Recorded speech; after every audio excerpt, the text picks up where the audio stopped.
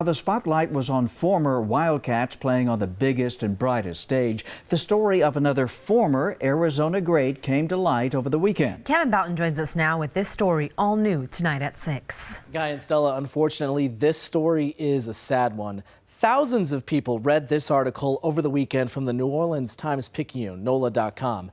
Journalist Ted Jackson telling the story of Jackie Wallace, the former U of A football star who's now missing. It is the latest chapter in the story of Wallace's battle with addiction that started after he left football. Photos of Jackie Wallace, starting with his football days at U of A, seem to always capture his big personality. He's just a very likable guy. Wallace grew up in New Orleans and came to play for U of A in the early 70s. The Minnesota Vikings drafted him, and in 6 NFL seasons, he played in 2 Super Bowls. But it was after his football career, when the roar of crowds faded, that his demons took control. Ted Jackson met Wallace in the early 90s, when he was addicted to crack and living under a bridge in New Orleans. Jackson's photo and story about Wallace, the former Super Bowl champ, now homeless, resonated with readers. Wallace got help and stayed clean for 12 years. The fact that he was an NFL player, that's important, and it certainly makes it unique.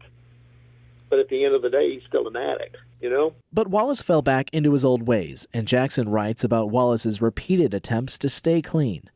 Last year, Wallace was doing well, 3 years sober, and Jackson thought it would be the triumphant final chapter of his story, and he went to visit his old friend. He didn't answer the door, and then I got the text message back from him where I simply asked, are you okay? And he just said no. Today, Wallace is still missing, and Jackson hopes that his story, now shared around the world, helps call Jackie home. Jackie is personal to me, and I just have great faith in this story. This story is it has a power of its own to reach out to him.